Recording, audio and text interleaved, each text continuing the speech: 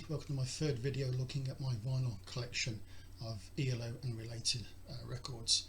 I've done two other videos looking at the early 70s with the original Harvest releases, and again the later 70s and 80s looking at reissues and compilations on the Harvest label. This video is going to be about ELO's mid-70s career on the Warner Bros label. I'm going to kick straight off with an original copy of ELO's third album from 1973. It's the first release on the Warner's label, and on the third day the album title obviously sort of references the fact it's album number 3.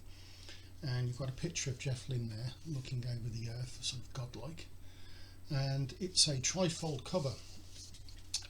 Trifold covers were quite popular with prog rock artists of the early 70s.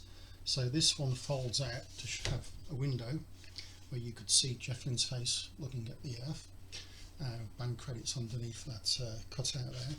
And if you fold it out further, you've got the track lyrics there in the centre, and you've got further photos here showing the rest of the band with the white globe. You can probably recognise Bev in top centre there, and a few other band members if you're a particular fan. So that's the third album. It's a plain in a white sleeve, there's nothing to show you there. For those of you in the States that might be looking at this video, this album came out on United Artists Records with this cover. This is a later Jet reissue that I have in my collection. I'm just showing it to you for reference really. So these two albums are virtually identical. The only difference worth mentioning is if you have a copy of this on United Artists label in America, you've got Showdown on this particular LP. That didn't come out on this copy of the album in the UK because Showdown happened to be the last recording ELO did for the Harvest label, so commercially it's a standalone. So there's one single release from the On the Third Day album in the UK, and it's Mama Bell, which I think got to sort of top 30, something like that, low 20s. Not a huge seller, but that was their fourth single release in the UK. And next up, harder to find this one, it's ELO's one and only live album, at least for the original part of their career going through the 70s and 80s. This was available in UK shops in limited numbers if you could get to a specialist shop, or if you were in a mega store down in London or occasionally in Birmingham, you could pick this up. I wasn't really aware of this until the early 80s, and I went hunting for it and I couldn't find it anywhere. Eventually I found it at a record fair in Birmingham, and although this is not the first issue I had, I've owned about 2 or 3 copies of this LP. I've sold 1 or 2 in the past. This is from Germany, so the band recorded this in California, I think, Long Beach, California, and it wasn't the success that they were hoping for. The sound wasn't quite right. There's a couple of stories behind that which I won't go into at the moment. But the album as released didn't go quite as planned. The record company used the wrong master tapes, and the sound that came out on the record wasn't what the band intended. So they limited the release to Germany and 1 or 2 other territories, but not in the UK, and not in America either actually. If you have this in America, it's almost certainly going to be a German import, which this one is. Having said that, it's not bad. You know, if you were into the music and you hadn't had the chance to see ELO live, then the music still stands up a little bit. It's interesting. I'll go for the track listing in a moment because it is fairly unique. The album itself is a gatefold, so you've got some really nice pictures of the band playing live there. You've got some interesting art design behind it, which I think is meant to be some sort of futuristic mixing desk. And on the back you've got another live shot of the band playing. So the track listing, it starts off with Daybreaker, which is a great instrumental rocker from the third album. Then you've got Showdown, and Showdown in this context is a workout. It's an 8-minute piece. The single followed by an instrumental Blowout, which is really good. Day Tripper is a Beatles cover, and you've got 10538 Overture, the mixed solo / Orange Blossom special. So this is Mick Kaminsky's violin solo, which he often did on live shows. in the Hall of Mountain King, well-known classical piece which ELO covered for their third album. Then a Jerry Lee Lewis cover of Great Balls of Fire, and a Rollover Beethoven cover from Chuck Berry. So you can see from that track listing that ELO's live shows in the early 70s were a mix of studio Jeff Lynne compositions and covers. So that album is not too easy to find. You'll find some copies on eBay, and it depends how much you want to pay, and you may have to get it imported from Germany. So let's move on then to ELO's fourth studio album, which is a bit more well known. This is El Dorado, a symphony by the Electric Light Orchestra. So this is the fourth studio album and became the first gold album in the USA. So that third album, ELO toured it extensively in the US and started to become really popular and getting well known. And so the band's management and record label decided to, for the fourth album, they decided to have a painting commissioned, which basically shows a photo from the movie Wizard of Oz. So this was a well-known movie, as everybody knows, particularly popular in America. So for those people, fans and the general public that had heard ELO's music on the radio and liked it, maybe had got to see them in concert, or friends have heard of them and told them about this English band, then seeing a record cover like that from your favourite movie and half knowing that some music on it was worth listening to, it was a new band to be discovered, that record sold a lot of copies, and as I said, became ELO's third gold label in the States, gold record in the States. So it did really well. One single released off it, Can't Get It Out of My Head, which, although I think it got top 10 in the States, it didn't do anything in the UK. I'm talking here about how popular ELO had become in the US, and that's perfectly true. They broke in the US before they really broke in the UK. So the UK was still issuing one single per album, and in this case it didn't really chart, didn't do anything, and thus El Dorado becomes the only ELO album not to have a hit single on it at the time of release. Fact, fans.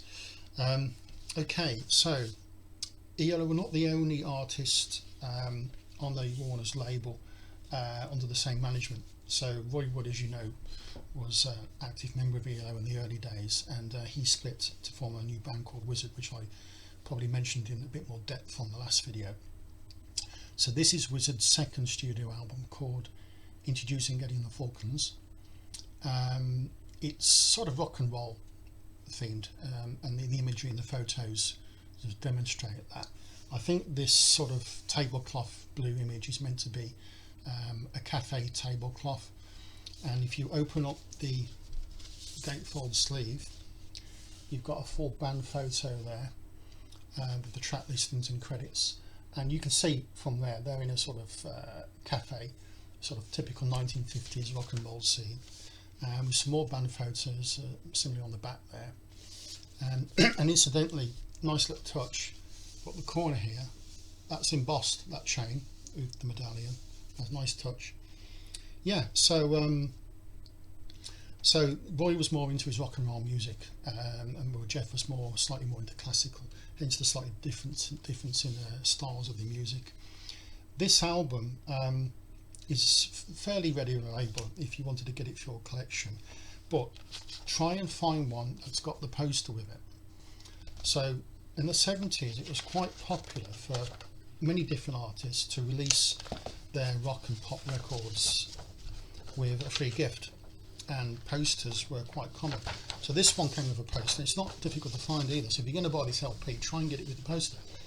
So that's an early 70s shot of Roy Wood in full Wizard glam rock gear, very top of the pop sort of look. Yeah, a lot of copies of that LP come with that poster, and you can get it in second-hand record stores, car boots, and at record fairs. It's not difficult to find. What you may find though, if you look for it on eBay, you may find a copy of that's red rather than the blue background tone. You may find it's red. If you see the red one, that will be on the United Artists label, and it will be an American copy, which is fine. You know, if you want to get that for your collection, do that. I haven't seen one actually in a shop or whatever, but I do know that they're quite common on eBay. So this is about 1974, so sticking with this, so Wizzard released a number of different singles that year, one of which is from the LP called This Is the Story of My Love Baby. Another one is called Are You Ready to Rock? That's just kind of standalone single, it's not, doesn't have a parent album. And Rock and Roll Winter brackets Looney's Tune. And you might notice with a lot of these singles, not just this video but the others I've done, they all look fairly fresh. Well, that's because I do like to put them in repro sleeves if they've come in a battered card sleeve or plain white sleeve or sleeve with writing on it or whatever. I do try to replace them with generic repro sleeves because I think it really makes them look really cool and nice. Yeah, so there we go. So just a couple of items to go through. So that's 1974. So after this period, ELO moved on to the Jet label, which we'll cover in a different video. But Roy Wood went back to Warner's about 3 years later in 1977 and convinced them to let him record and release this. It's called Roy Wood's Wizzo Band, super active up here. So nice artwork actually, lovely clean retro artwork.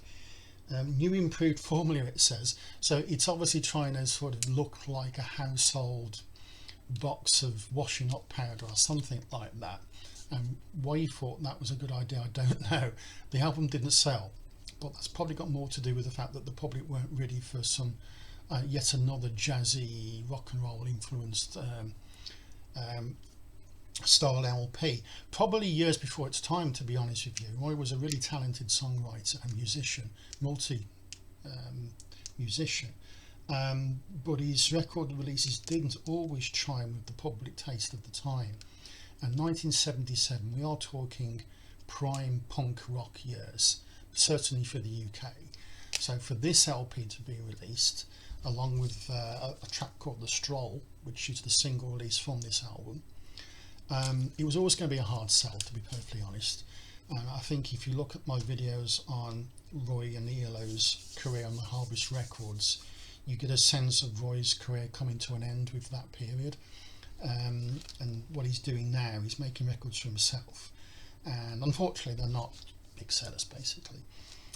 But we go on. 1978, Roy made an LP called We're on the Road Again, which I don't have. And it's not a UK release, it's an American only LP, and you'll probably find copies of it at car boots and online, but you'll find it with the imported drill hole through the corner, which for those of you who don't know, any imported LP from the USA to the UK in the 70s and 80s had to be sold at a discount price, and in order to justify that, the LP had to be defaced in some way. So you often find the corners of the LP sleeves were clipped, or more commonly a drill hole put through the corner of the LP. The vinyl wasn't damaged, of course, but the LP sleeve was. For fans and collectors, that was a real bane, really. Didn't like that. So that's a single taken from the LP, the only thing that was released in the UK, and it is called Dancing at Rainbow's End. And last but not least, 1979 was final release in the UK of that decade. It was a picture disc, get it out the sleeve. And I think it's We're on the Road Again. I think it's the title track from the 1978 LP, released on its own as a single. And surprisingly, this is quite common, even though it didn't chart. The vinyl itself is fairly common. The back of it is just kind of off-center shot of a record label and the vinyl. Don't know whether that was deliberate or not. But that's the main picture you've got there, which is nice. Yeah, it's a nice little item. I didn't pay much for this, maybe about £4, something like that, $5. But yeah, so the last 2 years of the 70s, Roy wasn't releasing LPs in the UK. He only got a couple of singles out. And that's it for Warner Brothers with ELO and Roy's recording career. So I'll aim to do another video probably after Christmas, and that's going to be the first one to feature ELO on the Jet label, which gets a bit more exciting in the sense that the material is going to be more well known, and they're better stuff, really. So until then, take care and see you soon.